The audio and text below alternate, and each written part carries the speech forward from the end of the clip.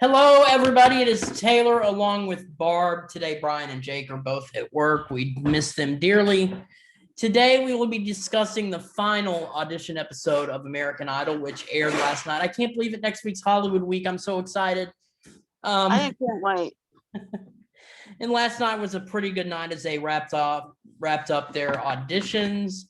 So let's get right into it. The night started off with Madison Watkins from Fayetteville, Arkansas. She did an original song called Your Little Girl, and I thought it was really, really good. She kind of reminds me of Carole King in a way, which isn't always a good thing when you're compared to somebody like that. But I really like her voice, and I think she has a very unique style. Yeah, I mean, and being compared to Carole King is not a bad thing either. But she's really good, and just be interesting to see how she fares in Hollywood Week, which I think we saw a little bit of a glimpse of yesterday. Yeah. So I'm just curious to see who makes it through. So, but yeah, Idol's on Sunday and Monday next week. That's exciting too. Yeah, for those of us that are not working, that are working. Oh yeah.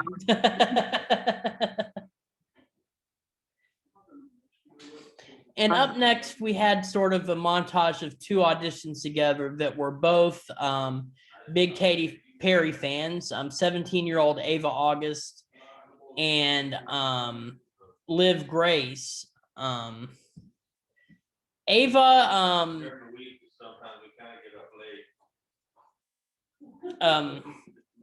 it started off with Liv, who did a slowed down acoustic version of I Kissed a Girl, which I really, really, really liked. I think she has a good voice.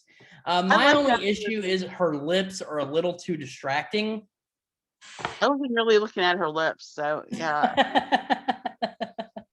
But yeah, she did a very good job of. I like the stripped down version of it.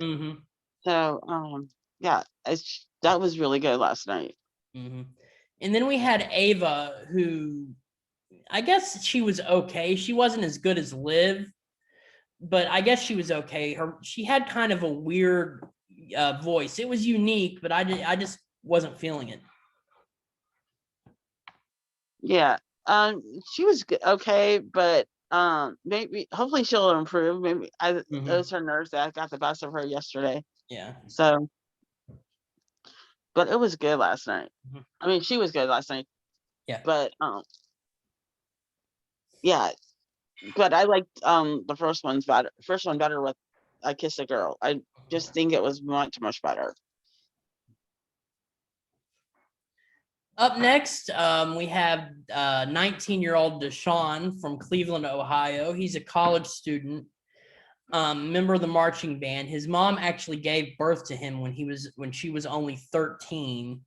Her parents were young. His dad was in jail a lot, and finally he got out and was able to turn his life around. He started singing, and he sang "Everything Must Change" by Nina Simone, and I thought it was really, really, really good.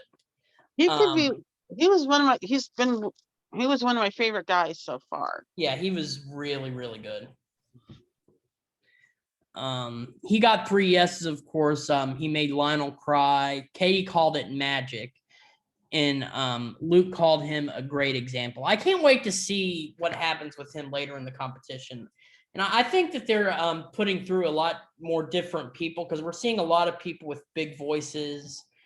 Sort of reminds me of the older days of Idol, where the people with the big voices go really far. And I think it's going to be fun to watch as it goes on. They have a really big, strong group of people, and I've noticed every year the competition is tougher. So they raise the bar every season. So yeah, it's going to be I think it's going to be a really good season, but I still think it's going to be the season of the girls. But up next, we had 15-year-old Tristan Grubs from Columbus, Ohio. He comes from a family of a lot of sports fanatics. All of his siblings play sports except for him. He's more focused on music. Growing up, he was bullied a lot. but he learned to overcome it. And beginning of his audition, he sang "Before You Go" by Louis Capaldi, and the judges sort of stopped him. They really weren't feeling his audition. But then he went ahead and did "Nobody" by James Arthur, which I really didn't think it was a smart choice because he sounds so similar to James Arthur that it almost seemed like more of a copycat performance. But he has a good voice, and he got 3 yeses, so he's through to Hollywood. But if he wants to make it farther, he needs to be more original. Well, if he had that with that one, it was more he had more confidence when he was singing that one than the first one. So maybe it's something that he normally sings and it just made him more comfortable, but he could be one to watch too. Yeah. He'd be one of those sneaking people. Up next, we had Andrea Valls, who is 23. She's a wedding singer. She did a really, really good rendition of Fleetwood Mac's Landslide. I thought it was really, really, really good. She was one of my favorites last night. She was good. Yes. I really think she has potential to go far too now. But up next, we had Kiko Martin, who's 24 years old and is actually the brother of last season's finalist Francisco Martin. He did okay. He didn't get through, but I think he has a lot of work to do. Definitely not as good as his brother. Right. But he has a lot of work to do. Yeah, I think he just needs to get out there more, as Ava was telling. But maybe give him a year or two and he might be right up there. But he still is not all that great. No, but he'll get there eventually. Yep. Up next, we had Zachary Dionofrio, another connection to another former Idol contestant. It's actually Katie Turner's boyfriend. He auditioned back in 2018, and he made it to Hollywood but got cut. And after that, him and Katie started dating. He did a really, really good job with Golden Slumbers by the Beatles, and I thought it was really, really good. And of course, he got through, and I'm really glad because he is very unique. It was so cute last night with and because I always loved Katie, and it was good to see her there too. Yeah. But yeah, I just thought he was really one of my favorites last night, and he's one of the few guys that I hope makes it far. So but yeah, it was good to see Katie again too. She's still just as fun, in my opinion. And up next, we had a few montage auditions. We had a woman singing an Whitney Houston duet with a sock. That was extremely weird. We don't know if she made it through or not, but I thought it was a pretty ridiculous audition. Then we had Jake Clark, who sang I'm sexy and I know it. He's a TikTok person or whatever. He didn't get through. And then there was Luana, who sang a song by Madonna with this weird, I don't know what that was, some sort of color guard flag or something. And it wasn't, she was awful. It was strange. And yeah, the whole thing was, and seeing the sock puppet made me think of a quote from Pitch Perfect. Not everything improves after high school. So, but because there was one in Pitch Perfect, there was a group that was doing it with sock puppets. This is lame. So and that she was lame too. So I was kind of glad she didn't go through. No. Up next, we had 15-year-old Brianna Colangelo. A video was posted on her singing on TikTok, and she said that if it went viral, she'd audition for American Idol. She was born with cystic fibrosis, which is a really, really, really bad lung disorder. And she did Scars to You're Beautiful by Alessia Cara, and it was really, really good. Easily one of my favorites of the night. Yeah, she was good last night, and I hope that they just don't make her having cystic fibrosis the focus of her being in Yeah, the because I mean I just rather they focus on her voice than the fact that she has it, definitely. and I'm sure she would rather have it that way too. Mhm. So Up next, we had two friends audition together, Danny Falco and Colin Jameson. First up, we had Danny, who did "You Found Me" by The Fray. It was really more like a karaoke performance than anything. I really didn't like it. If he's gonna make it, he still needs a lot of work. But I didn't care for it that much. Going to sound engineering school for July 25th. right, no, I didn't expect him to get through, and I wasn't. He just I don't think he was. I think he went there with thinking that he would not get through, type of Yeah. thing. So but his friend was good. Oh yeah, we had Colin Jameson, who did 6 Feet Under by William Eyelash, and it and it was a lot better than Danny's performance. I thought it was really good, and I'd really like to see him go far. He really was good, and his friend, he was much better than his friend.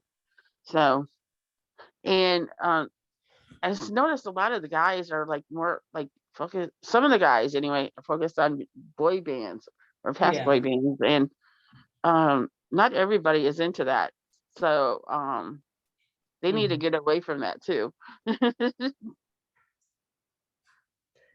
Up next, we had Vole, I think is how you pronounce her name. She's from Brooklyn. Her and her son currently live at a homeless shelter. Her dad is also homeless. She did One Moment in Time by Whitney Houston. I thought it was a really, really good performance. She kind of reminds me of Selena. Oh yeah, her voice gave me chills last night. Mm-hmm. So it goosebumps, and she was one of the highlights of the night. Yeah. And I really hope she makes it through far. Me too. She was really good. Next, we had a guy wearing a mesh shirt singing Play Something Country by Brooks and Dunn. Of course, he didn't get through. Well, what a shocker. Ha! Now back to the good performances. Up next, we had 19-year-old Wyatt Pike from Park City, Utah. He dropped out of business school to commit to music. He's attending Berkeley College of Music. He was really, really, really good. I really liked his voice. Maybe a little boring, but I still liked it. Right. It was a little bit boring, but I think he's going to be cut Maybe. in Hollywood. Like he's probably going to be one of the first cuts. Mm-hmm. And up next, we had one of the moments that sort of shocked me. We had Jackson Snelling. He's from Austin, Indiana. He and his brother both have autism. Jackson's more on the high functioning side, while his brother has some more developmental delays. He did an original song, and I actually was really surprised that he didn't get through, because he was a lot better than they gave him credit for.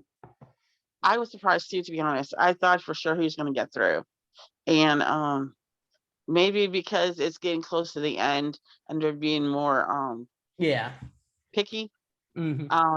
But I think he should have gotten through. I hope he comes back next year, because he's really, really good. Definitely.